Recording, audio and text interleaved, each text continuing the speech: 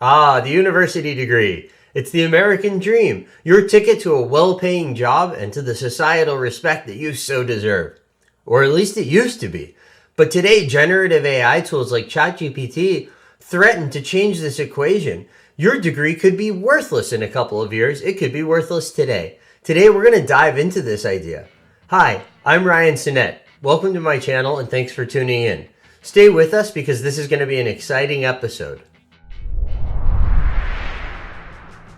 A university degree is intended to give you an education that allows you to create value in ways that people without that same degree can't create value.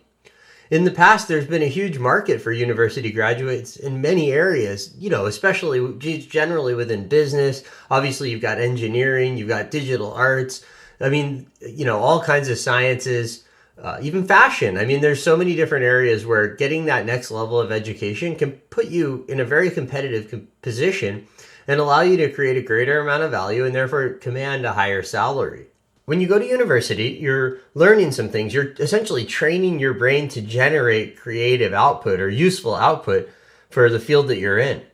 But tools like ChatGPT and other generative AI tools like art-based ones like Midjourney and Stable Diffusion, for example, which generate images, can generate creative output from really simple text inputs. I've never considered myself an artist. I think maybe I could learn to do art to some extent. I took an art class in high school. We did some pen and ink, watercolor, a bunch of different media, but I never really took the time to get good at it. I think it's a learned skill. You have to sit down, you have to practice, you have to do it over and over again. There's a really interesting story I heard. I don't know if this is true, but I think it is. Pablo Picasso was sitting in a cafe once and he was just sketched out a little drawing in 30 seconds, a little doodle, and then he threw it away. And a woman went and picked it up out of the trash can and said, "How could you throw this away? This is amazing.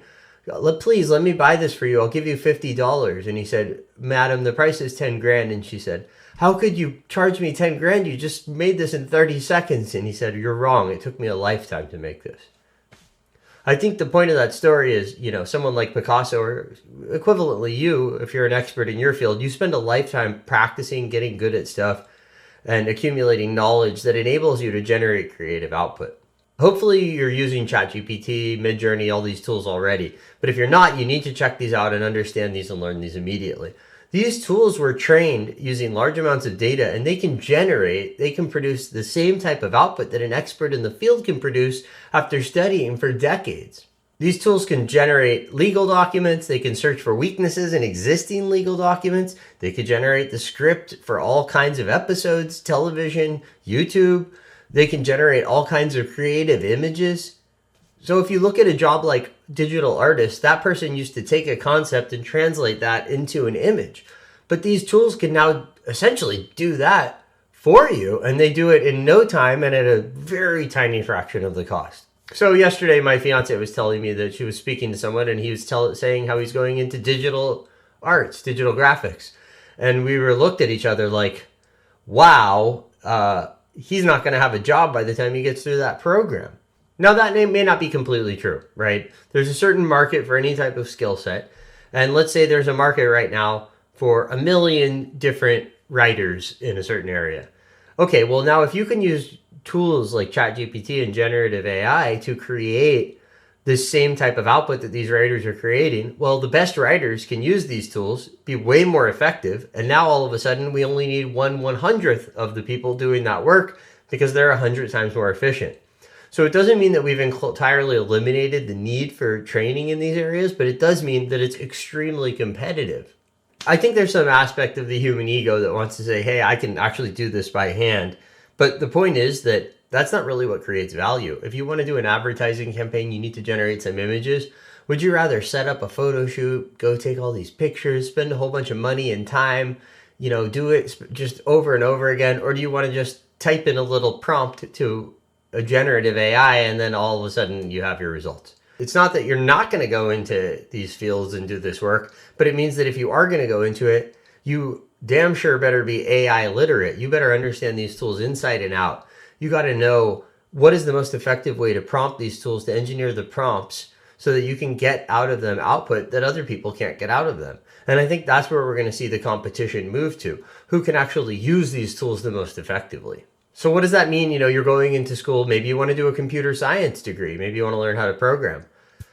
It's hard for me to argue that you're going to need to learn to program to the extent that people 10 years ago had to learn to program. Before, people would sit down and they would literally write code. They'd be like, okay, I'm writing 20 lines an hour, etc. And you would just sit there and code. But now the best thing to do is just you open up one of these generative AI text-to-text tools and have them translate English to Rust or whatever language, Python or whatever language you want to express it in.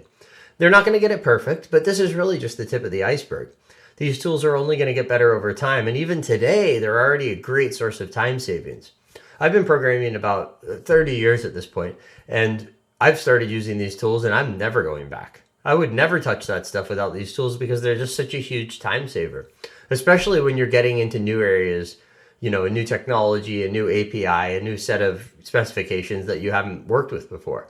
Because these things are already trained, they already know how it works. You tell it, write me a Blender script that scrolls text across the screen at this rate, it'll do that for you. You can go touch it up, fix it, but it'll do that for you in seconds. If I have to go look through the docs, learn a new technology, read through all the docs, that's going to take me hours to write that code and debug.